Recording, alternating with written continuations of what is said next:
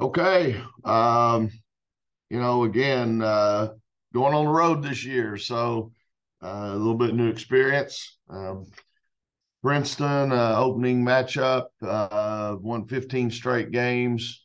Um, they have one of the best defenses in the country. They're ranked like 16th in the country in defense. So they're going to be, a team that has postseason experience, fresh off their Ivy League championship.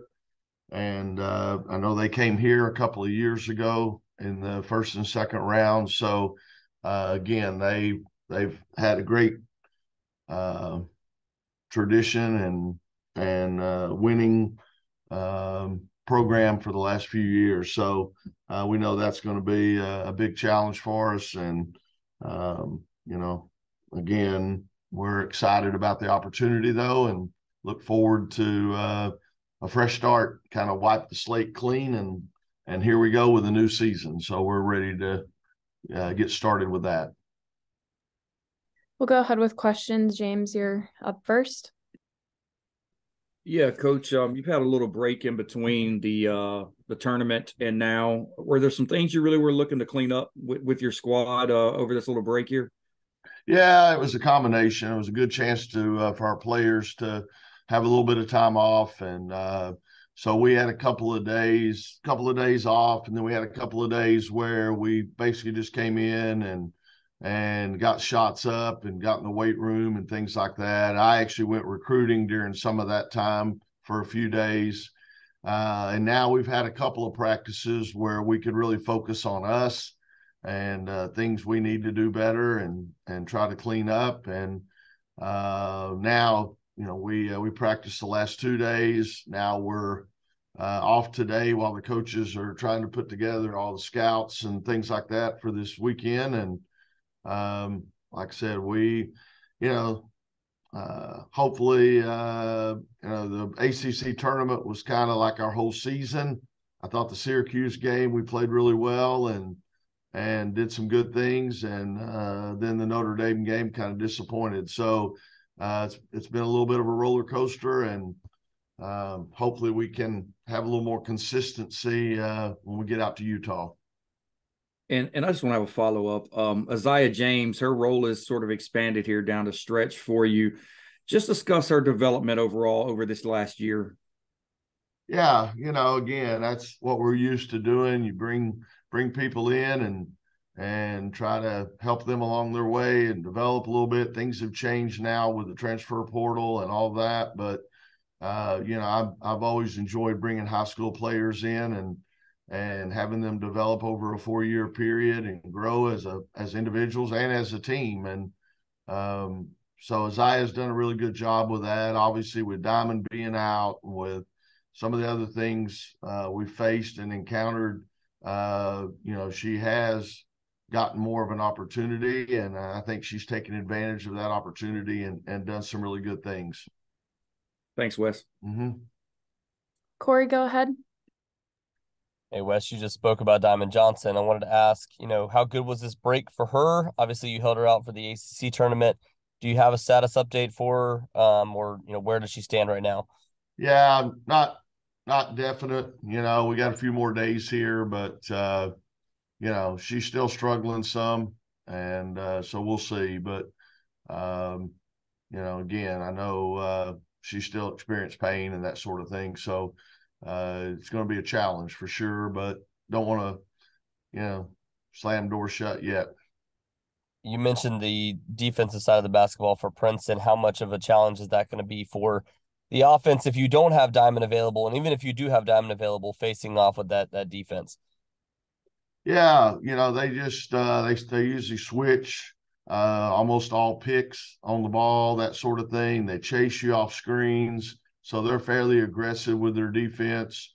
And we've got to make sure we value the ball. That's the biggest thing. We got to be able to get some shots and get good shots. So value the basketball, be patient when it's called for, and look to attack when the opportunity presents itself. But I've just obviously we found out last night. I've clipped one game on them, and we've got different coaches working on these things. So don't really have everything yet. I know the point guard they have is really, really good. And, she's their leading scorer and does a lot of scores at all three levels. And then, they've got a post player, make sure I get her name, Mitchell, who has 116 offensive boards. I think our team leader has 40 offensive boards. So that's going to be a big challenge too, trying to keep her off the glass. But that's just kind of the preliminary look. They went to UConn and lost by 5, and we know how our trip to UConn went. So obviously they're a very good team, and they're going to present some challenges. Thank you, Wes. Mm-hmm. Rob, go ahead. Yeah, I want to ask you about Princeton as well. I feel like there was a couple times they were assigned to the Raleigh when you guys were hosting. Has that provided familiarity maybe that you guys wouldn't have otherwise have? And are they stylistically similar to Carolina? Because I know Carolina's coach was once at Princeton. Yeah. First part of that, really that's been a couple of years ago, and people have changed, and we didn't play Princeton. So they were here, but we didn't play them. So I really can't say that we have a lot of a bank of information. Actually, Ashley Williams on our staff was at Indiana last year, and they played Princeton. So, she did have some info from that, and then obviously we're trying to pull in as much as we can, but I can't say that's a real advantage, them having been here, because we never played them. And then as far as the connection there, really, to be honest with you, they may be more like UConn in some ways. Their coach played at UConn, and she came from another school. So when she took the head coaching job, so there's obviously similarities. The Princeton offense stuff, they still run some of that, and but they do have some similarities to what UConn does as well. James, go ahead. Yeah, Wes, a little bit off the board, not necessarily about the tournament. In November, you announced Zoe Brooks as an addition in your to your class, and she was a McDonald's All-American here recently. Just discuss what you saw from her and just potentially what she could add down the road for you all.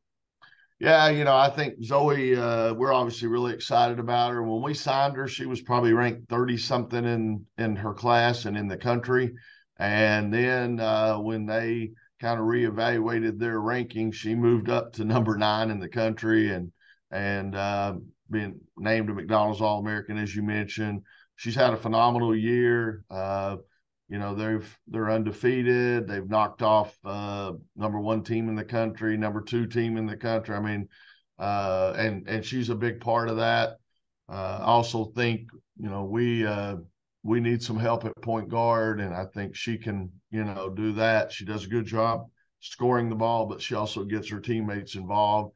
It'll be tough, as a freshman playing that position, but we do think she can handle that and help us some. And, we're excited about that whole class. I might mention Lacey Steele out of Oklahoma. They just won back-to-back state championships. She was named State of Oklahoma Gatorade Player of the Year and scored her 2,000th point a couple of weeks ago. So excited about her. Maddie Cox out of Texas broke a lot of their records there at her school and does a lot of things. As a 4 player, she broke the assist record at her school with 13 assists in a couple of games. So that, and then Mallory Collier out of Tennessee was just got through playing in the state championship game. Unfortunately, they got beat in the final game, but those kids are used to winning, and I think that's always a big advantage too when you bring people into your program that know how to win and realize winning is important. Thanks. Mm-hmm. Matt, go ahead. Yeah, I was just curious going into selection day, did you have an idea or thought about where you would be seated? Is the 7 seed kind of where you figured you might be? Yeah, I'm like everybody else. I look at Charlie Cream's, projections, but we knew we'd be somewhere in there, 6, 7, whatever. Our net was 17th in the country. Our strength of schedule is like number 2 in the country. So, I mean, I think that's what helped us, even though we had some very disappointing losses. We've had some great wins. But we did. We had some disappointing losses in the conference, and so that's kind of why we are where we are. You win those 3 games, and now you're 12-6 in the ACC, and who knows, you might have a chance to host or whatever. So, but nothing we can do about that now. So yeah, it's pretty much where I thought, but you never know. You never know where they're going to send you, who you're going to be matched up with, and it's exciting night. You find out. It's like Christmas. Find out, open up your present, and here we go. Just a follow up, you mentioned where they send you. You're going to Salt Lake City. Have you any plans yet of when you're leaving, and would you like to get there earlier to kind of acclimate? Yeah, that's something that's definitely in the discussions right now. The NCAA uses a travel agent that handles the men's and women's tournament right now, and heck, they're probably involved in NIT too on the men's side because that's under the NCAA umbrella now. So, yeah, there's a lot of stuff going on.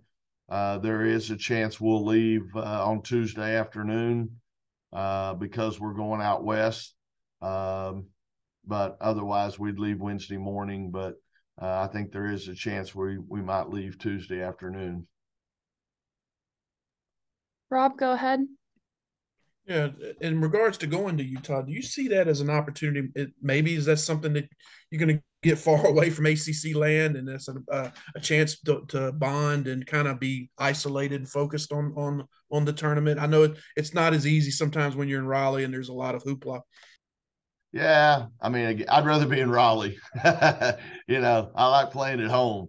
Reynolds has been good to us, and with our fan base and all, it's a great home court advantage. So, rather be at home, but otherwise, Salt Lake. I think didn't the men in '83? Didn't they go through Utah? Maybe Ogden, so Ogden, Utah. What's Ogden, that?